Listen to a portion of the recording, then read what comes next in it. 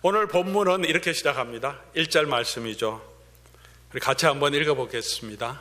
아브라함이 나이가 많아 늙었고 여호와께서 그에게 범사의 복을 주셨더라.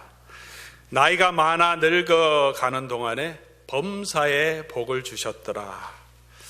성경은 아브라함을 이렇게 평가합니다. 이 1절 말씀 읽으면서 참 복된 인생이다. 나도 이런 고백을 할 수 있으면 좋겠다. 또 이런 평가를 받을 수 있으면 좋겠다 하는 마음이 들었습니다. 제가 나이가 많아 늙어갈수록 모든 일에 하나님께서 복을 주셨다. 박일영 목사를 보니까 하나님께서 모든 일에 복을 주는 사람이다. 여러분, 이런 축복이 저와 여러분에게 있으면 얼마나 좋겠습니까? 그런 축복이 있기를 주의 이름으로 간절히 소원합니다. 그런데 우리가 한 가지 생각해 보아야 될 게 있습니다. 아브라함이 복을 받았다 할 때 이 복이 어떤 복인가 하는 것입니다. 범사의 복을 받았다 할 때 어떤 내용을 가지고 성경은 그렇게 평가할까 조금 생각해 보아야 합니다. 잘 먹고 잘 살고 건강하고 또 자녀들이 다 행복하고 어려움 없이 평안하게 사는 것이 축복입니다. 그렇죠? 하나님이 주시는 축복입니다. 때로는 우리의 소원하는 모든 일이 이루어지기를 저와 여러분이 바라고 있습니다. 알라딘의 요술 램프가 있으면 얼마나 좋겠습니까? 3가지 소원 다 들어준다면, 3가지 소원이 아니라 우리 가진 모든 소원 10가지든지 100가지든지 하나님 앞에 아뢰을 때 우리 소원이 다 이루어지면 얼마나 좋겠습니까? 그런 삶을 기대하고 기도하기도 합니다. 그런데 우리가 또 한번 생각해 보아야 할 것은 내 소원대로 내 뜻대로 다 되면 그게 복된 인생일까? 여러분, 간구하는 기도의 제목이 들어주시면 얼마나 좋겠습니까? 근데 내 뜻대로 다 된다면 그게 정말 복된 인생일까? 성경은 어떻게 말하고 있습니까? 성경은 어떻게 말하고 있습니까? 사람이 자기 뜻대로 행하는 것을 하나님께서 복되다 이렇게 말씀하지 않습니다. 하나님의 뜻이 우리의 삶에 이루어질 때 가장 행복하고 가장 복된 인생이라고 말하지, 사람이 자기 뜻대로 자기 소원대로 행하는 것을 하나님은 너무 안타깝게 생각하시고 그렇게 가는 길을 하나님께서는 결코 좋아하지 않으십니다. 내 뜻대로 다 이루어지길 바라는 마음은 있지만 그대로 다 되는 것이 복은 아니고, 때로는 내 뜻대로 다 되지 않는 그 가운데서도 하나님께서 우리로 하여금 하나님의 뜻을 알게 하시고 우리를 만들어 가시고 함께 하시는 하나님을 신뢰하게 이끌어 가시는 이 믿음의 여정이 복인 줄 믿습니다. 세상에서 유명하고 잘되고 형통한 것이 성경은 복이라고 늘 말하지는 않습니다. 그러니 복이라 이렇게 할 때, 축복을 받았다고 할 때 내가 가진 가치관과 생각과 선입관으로 하나님께서 이렇게 복을 주시겠구나 하는 것은 잘못 성경을 해석할 수 있습니다. 성경이 어떤 것을 복으로 생각하는지, 무엇이 복인지 알고 내 생각을 성경의 생각으로 바꾸고 그것을 받아들이고 그 축복을 누릴 수 있는 자로 가는 것이 중요합니다. 고대 유명한 사람들이 성경을 우리가 창세기를 묵상하면 많이 나옵니다. 특별히 그 중에 하나가 가인의 아들 중에 라멕이라는 사람이 있었습니다. 성경의 내용을 살펴보면 그 당시에 홍수 전에 네피림이 있었다. 고대의 유명한 장수라고 말합니다. 많은 학자들은 고대의 유명한 왕들이라고 해석합니다. 홍수 전에 있었기 때문에 이미 사라진 고대의 우리가 생각하는 아틀란티스 제국처럼 고대의 유명한 찬란한 문화를 세워갔던 유명한 왕들입니다. 그 중에 하나가 라멕이라고 우리가 알 수 있습니다. 세세 후손들의 족보를 보면 수백 년 동안 살았음을 알 수 있습니다. 라멕의 통치 기간이 그가 왕이었다면 수백 년, 한 왕조의 시대를 말합니다. 한 왕조가 건강하게 왕성하게 했을 때 문화와 경제와 사회가 굉장히 발전하는 것을 우리가 볼 수 있습니다. 수백 년 동안 이 라멕의 통치 기간 가운데 성경은 표현하기를 목축이 성행했고 농업이 기술이 엄청나게 발전했고 문화와 예술이 퍼졌다, 이 내용을 아주 간단하게 표현하고 있습니다. 라멕이 얼마나 당당했는지 하나님 앞에서 당당하게 서 있었습니다. 그 라멕이 하나님의 저주를 받아서 빨리 죽었다 이런 내용도 없습니다. 엄청난 권세를 누리다가 죽었습니다. 그러나 성경이 이 라멕의 삶을 정말 축복받은 삶이라 이렇게 표현하지 않습니다. 라멕과 동시에 살았던 365년밖에 살지 않았던 에녹, 하나님과 동행한 그 사람을 분명하게 구체적으로 우리에게 보여주시면서 하나님이 그를 데려가셨다 하는 표현을 통해서 하나님이 마음에 합한 사람, 하나님이 함께하는 사람, 하나님의 축복을 받은 사람으로 표현합니다. 에녹이 가지고 있었던 것은 무엇입니까? 그도 동일하게 이 땅에 살았지만 하나님과 동행했다는 것이 차이가 있습니다. 무엇이 성경이 바라보는 진정한 축복인가? 세상에 유명하게 되는 것, 세상에서 사람들이 인정받을 만한 삶을 사는 것이 아니라 하나님과 동행하는 자, 성경은 그 사람이 복되다라고 창세기부터 우리에게 계속해서 말씀하고 있습니다. 노아 홍수 이후에도 세상에 니므롯 영웅들이 있었습니다. 자기 이름을 하늘에 내려고 성을 건축하는 사람들이 있었습니다.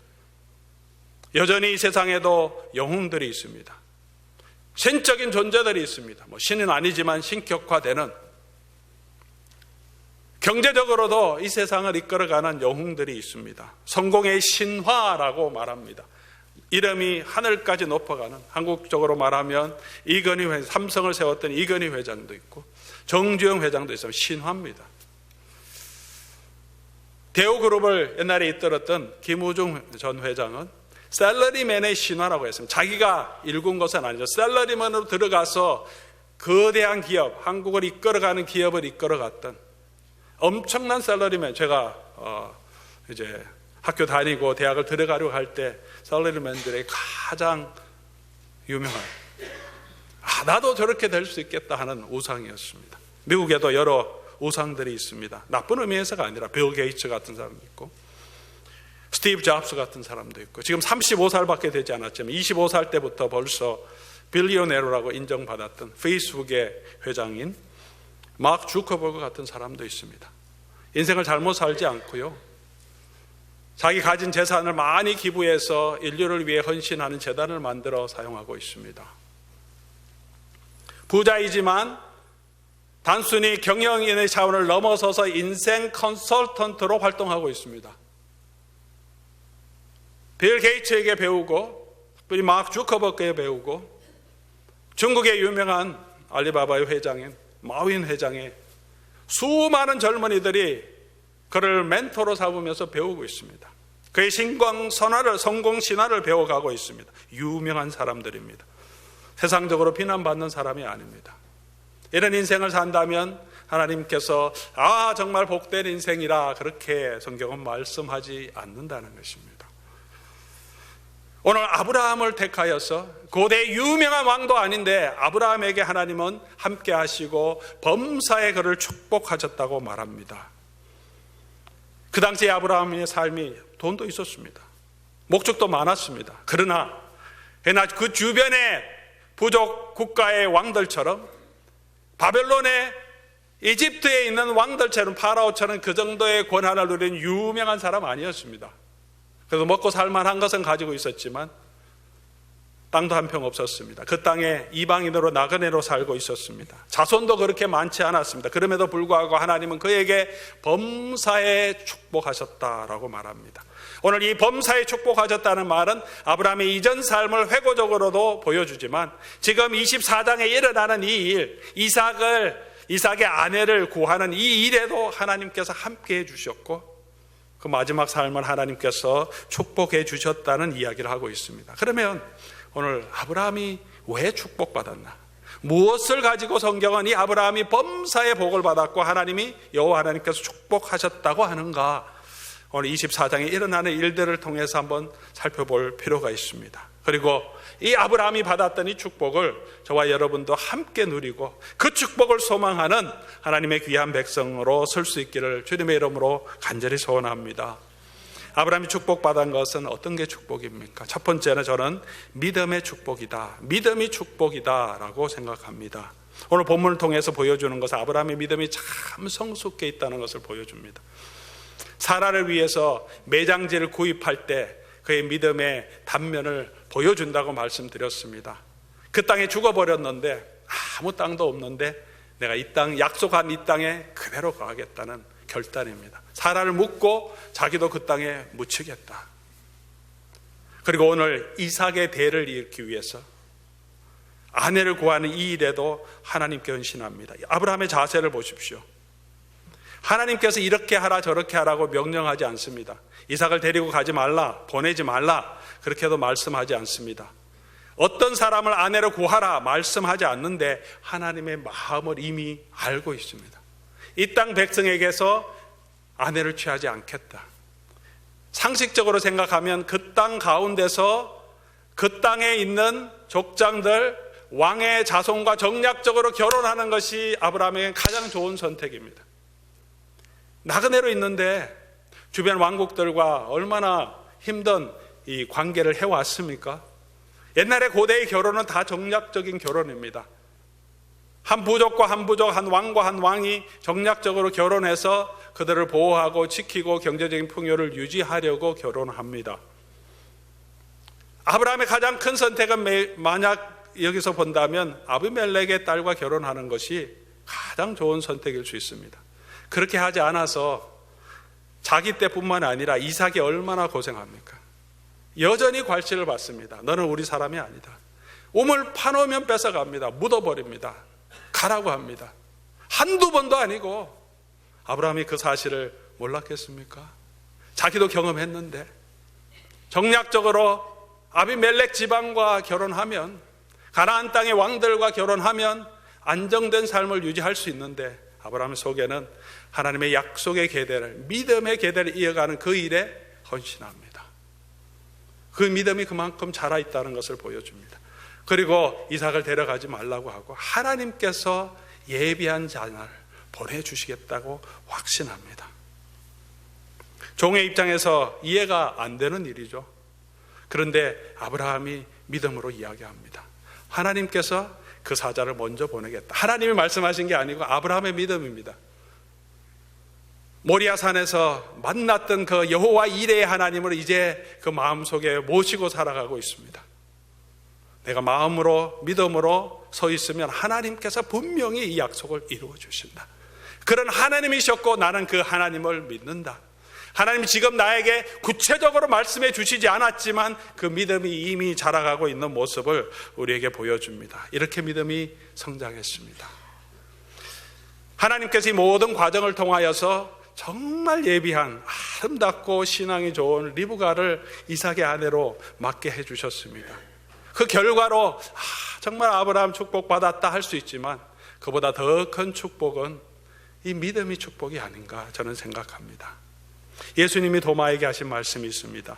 도마에게 이르시되 손가락을 이리 내밀어 내 손을 보고 내 손을 내밀어 내 옆구리에 넣어보라. 그리하여 믿음 없는 자가 되지 말고 믿는 자가 되라. 그리고 29절에 이렇게 말씀하십니다.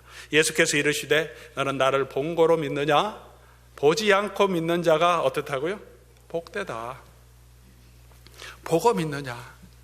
보지 않고 믿는 자가 복되다. 누가 복이냐? 무엇이 복이냐? 예수 그리스도의 부활의 영광을 우리 눈으로 보지는 못했습니다. 성경을 통해서는 알고 있지만 실제적으로 그 영광이 보인다면 얼마나 예수 믿기가 쉽겠습니까? 근데 아직은 보이지 않습니다. 우리가 하나님의 자녀인 것을 아직은 보이지 않습니다. 그런데 믿음으로 나가는 자, 보이지 않지만 믿는 자들은 복되다라고 말씀합니다. 사랑하는 성도 여러분, 이 세상에 잘 되는 것도 복일 줄 압니다. 그러나 이 세상에 하나님을 알지 못하는 사람이 얼마나 많습니까? 잘 나가는데 모든 평안을 누리는데 예수 그리스도를 알지 못하는 사람이 얼마나 많이 있습니까? 그런데 저와 여러분들은 하나님께서 창세전에 택하셨다고 하면서 예수 그리스도를 알게 해주셨습니다. 믿게 해주셨습니다. 오늘 이 자리에 나와 있습니다. 이보다 더 큰 축복이 어디 있겠습니까? 인생의 마지막에 하나님 나라 갈 때 그때 알게 될 겁니다. 이보다 더 큰 축복은 없다. 인생에 이 세상에 무엇을 가지고 무엇을 누리고 어떻게 살았든지 마지막 때에 이 믿음 없으면 멸망입니다. 예수 그리스도 안에 믿음으로 은혜로 저희가 하나님의 영원하신 그 영광으로 들어갈 수 있다는 것, 이보다 더 큰 축복이 어디 있습니까? 우리는 이 사랑을 받은 자들입니다. 이 축복을 이미 받은 자들입니다. 그런데 세상 사람들 가진 것 때문에, 그들이 가지고 있는 누리는 환경 때문에 나는 왜 복이 없습니까? 나는 왜 복을 주지 않습니까? 라고 스스로 한탄하고 살아가고 있지는 않습니까? 아브라함이 믿었던 그 믿음은 무엇에 대한 믿음입니까?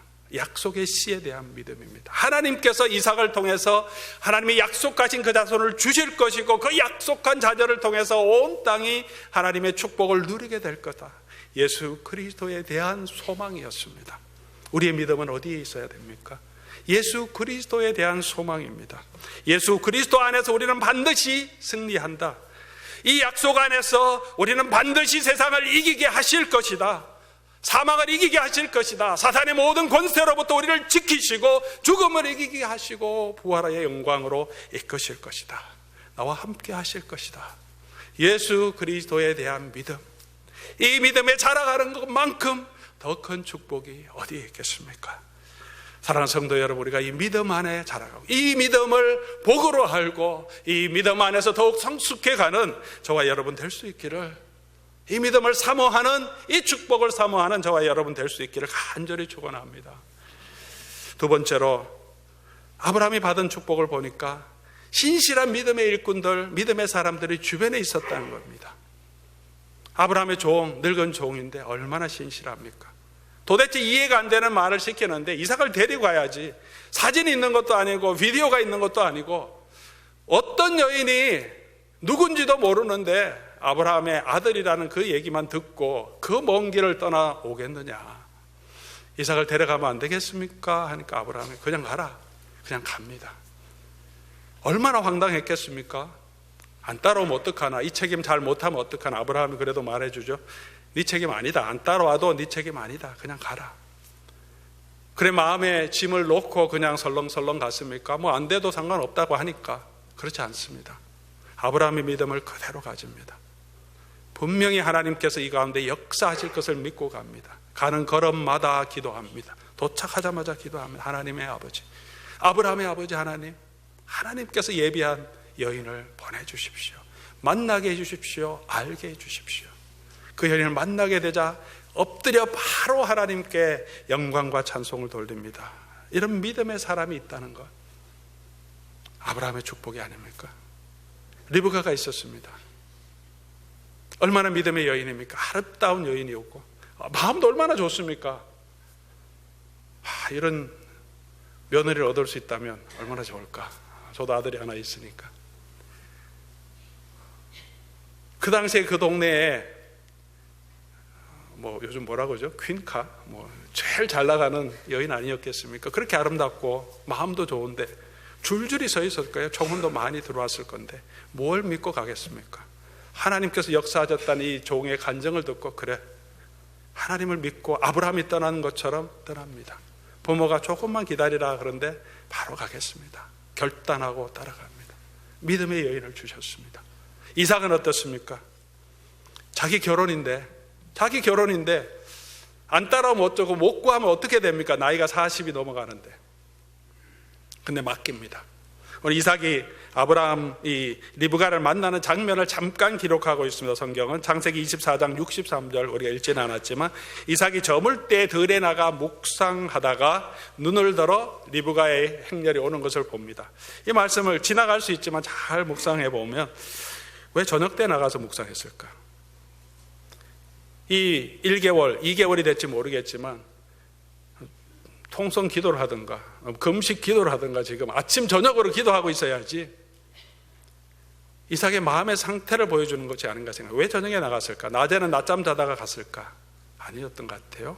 낮에는 자기 일에 충실하고 마음의 평정심을 나타냅니다. 하나님 믿으니까 하나님이 하실 줄 알고 불안하고 두려워하지 않고 뭐 금식 기도한다고 엎드리지 않고 자기 일에 충실합니다. 그래도 마음에 애달은 마음이 있지 않겠습니까? 자기 아내 구하는 일인데 다 충실하게 하고 저녁에 시간 나서 하나님 앞에 묵상합니다. 이 곳이 어떤 곳이었습니까? 나가서 무엇을 묵상했겠습니까? 그 장소의 이름을 기록해 줍니다. 의미가 있겠죠? 성경에 의미 없는 말이 없습니다. 그 장소가 어디라고 합니까? 부엘 라헤로이라 그럽니다. 여러분 부엘 라헤로이 기억하십니까? 창세기 묵상하고 계십니까? 네, 부엘 라헤로이 설교도 했는데 하갈이 그 여주인의 괄시 받아서 임신한 채로 고향에 내려가려고 하다가 끝에 사막 끝에 울며 하나님 앞에 울부짖을 때 그곳에서 만난 하나님, 그곳에 있는 샘, 그 이름을 부엘 라헤로이, 나를 감찰하시는 하나님이라고 정한 곳입니다. 바로 그 자리에 있습니다. 이삭이 무엇을 묵상했겠습니까? 나를 감찰하시는, 하갈을 감찰하셨고 하갈도 붙들어 주시고 그 소원을 들어주시고 하나님이 예비하셨던 것처럼 나의 삶도 하나님 예배해 주실 거다. 그 하나님 앞에 묵상하고 엎드려 있습니다. 믿음의 사람 아닙니까? 아브라함의 무엇이 축복입니까? 돈이 축복이겠습니까? 이런 믿음의 사람들이 옆에 있다는 것이 얼마나 큰 축복입니까? 아브라함에게만이 아니라 이 아브라함의 종에게도, 이삭에게도, 리브가에게도 믿음의 사람 아브라함이 있다는 것이 또 그들에게도 축복이 아니겠습니까? 다른 아버지가 아니라 이런 믿음의 아버지, 시아버지를 모시고 있다는 것, 이런 믿음의 주인을 모시고 있다는 것, 친구 같은 이런 사람이 있다는 것, 이게 우리의 축복이 아니겠습니까? 사랑하는 성도 여러분, 여러분의 믿음의 아내가 있다면, 뭐 잔소리해서 좀 힘들기도 하지만 그 믿음의 아내가 여러분 얼마나 큰 축복입니까?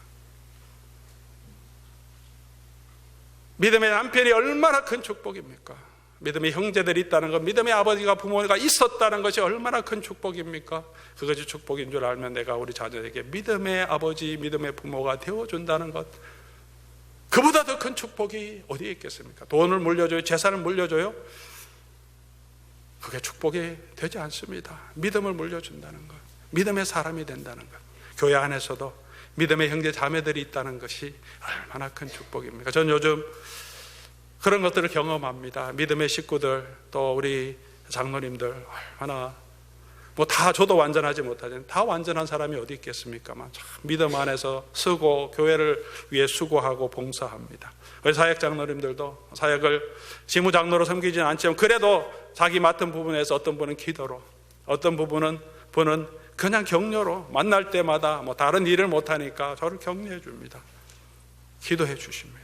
어떤 분은 아직까지 여전히 자기 맡은 분야에서 섬김으로 봉사하시면, 사역위원장님들 얼마나 정말 수고하십니까? 우리 포도원지기들 정말 너무 감사하죠.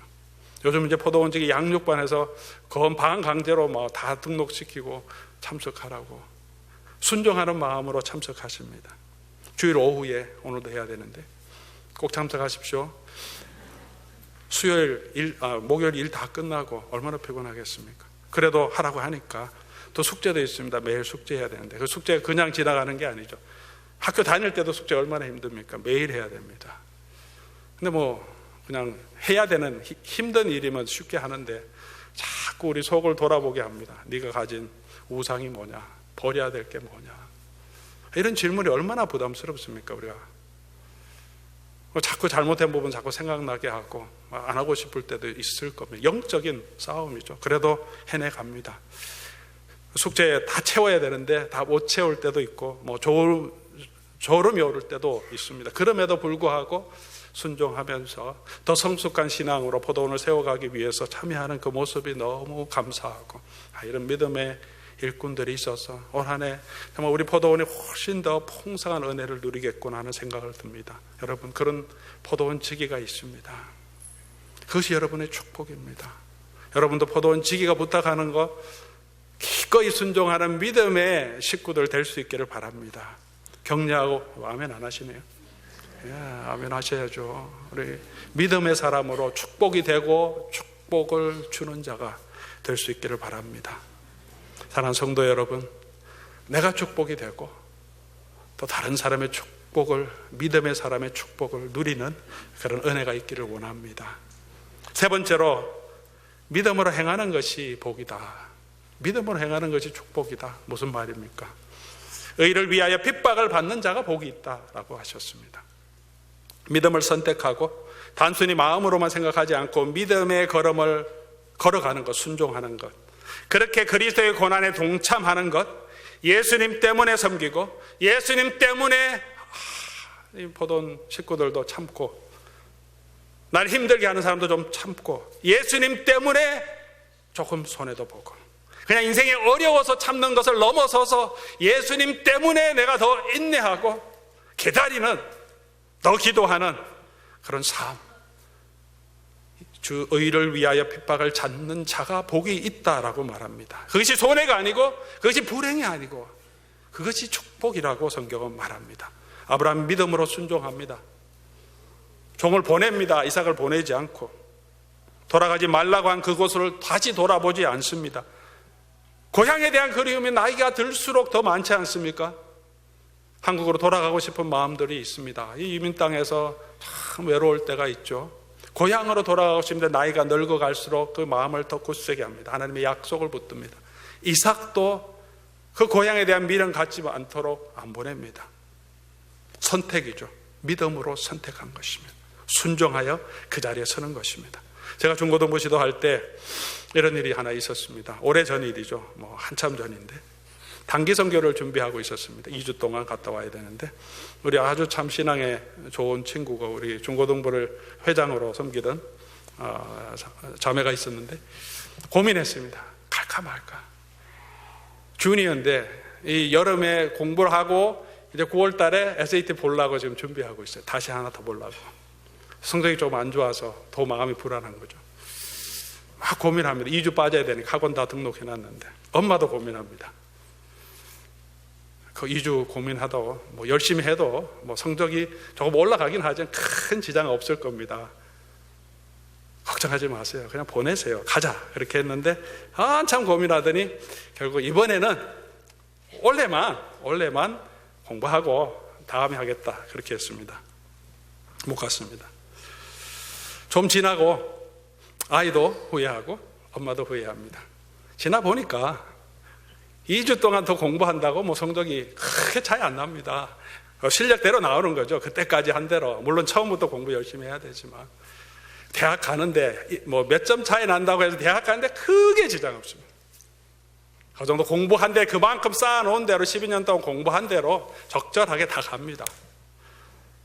여름에 2주 더 한다고 해서 갑자기 더 좋은 데 가더라도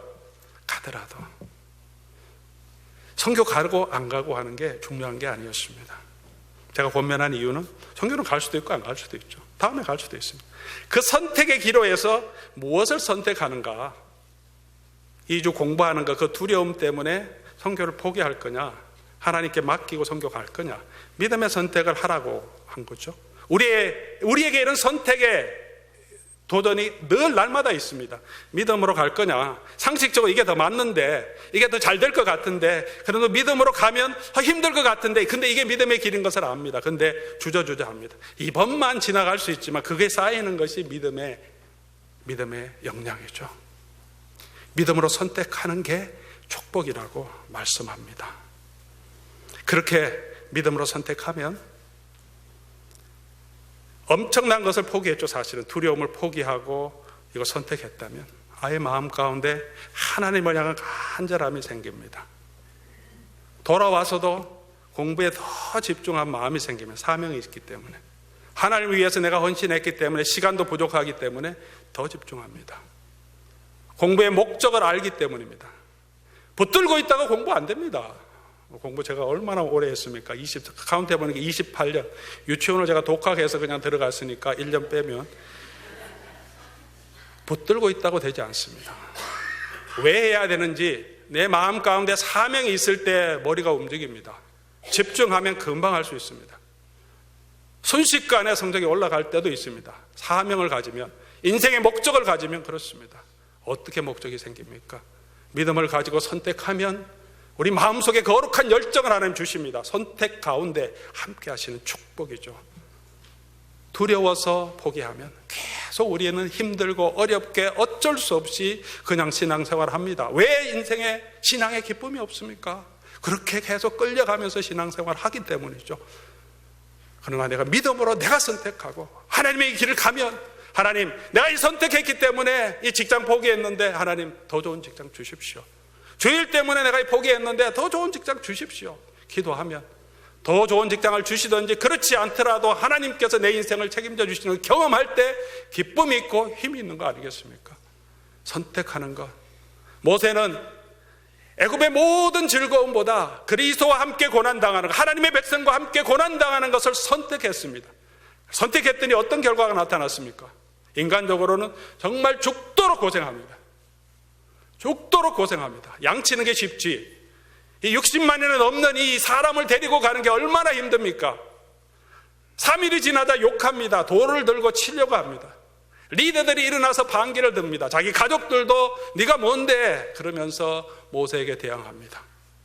마지막에 그렇게 수고했는데 약속의 땅에 들어가지도 못합니다. 그 믿음의 선택을 했는데, 그런데 성경은 하나님의 사람이라고 모세를 평가합니다. 하나님의 사람이다.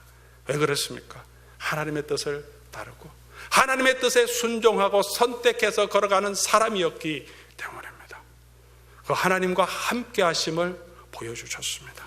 아브라함이 이런 믿음을 걸어갈 때 하나님이 그와 함께 하심을 아비멜렉과 주변 사람들이 보게 하셨습니다. 그의 돈이 아니었습니다. 그의 능력이 아니었습니다. 하나님을 믿고 순종하며 걸어가는 삶이었습니다. 이 삶이 능력이고 이 삶이 축복인 줄 믿습니다. 하나님이 주실 그 축복, 그것보다 내가 믿음 안에 서고 내가 하나님을 선택하는 그것이 우리의 축복입니다. 그리 가면 먼저 그의 나라와 그의 의를 구하면 이 모든 것들을 하나님께서 인도해 주십니다. 먼저 가서 예비해 주신 그 하나님, 믿음으로 걸어갈 때 만나게 될 줄 믿습니다. 믿음 안에 서가는, 이 믿음의 축복 가운데 서가는 그런 저와 여러분 될 수 있기를. 그래서 우리의 삶이, 우리의 믿음의 삶이 정말 승리의 기쁨을 가지고, 세상에 어려움도 있지만 하나님이 함께 하셨다는, 함께 하시고 계신다는 믿음의 승리, 그 소망 가운데 담대하게 걸어갈 수 있지 않겠습니까? 우리 마지막으로 우리 찬송하며 말씀을 마치기를 원합니다. 384장 찬송입니다. 나의 갈 길 다가도록. 제가 참 좋아하는 찬송입니다. 나의 갈 길 다가도록 예수 인도하시니. 맨 마지막에 이렇게 가죠. 무슨 일을 만나든지 만사 형통하겠다. 얼마나 큰 축복입니까? 아브라함의 축복 아닙니까? 어떻게 축복을 누립니까? 믿음으로 살아가는 자에게. 왜 그렇습니까? 영영 부를 나의 찬송 예수 인도하셨네. 예수님이 인도해 주시기 때문입니다. 그 소망 가지고 오늘도 믿음으로 담대히 걸어갈 수 있기를 바랍니다. 우리 같이 찬송 한번 하며 우리 같이 통성으로 기도하겠습니다.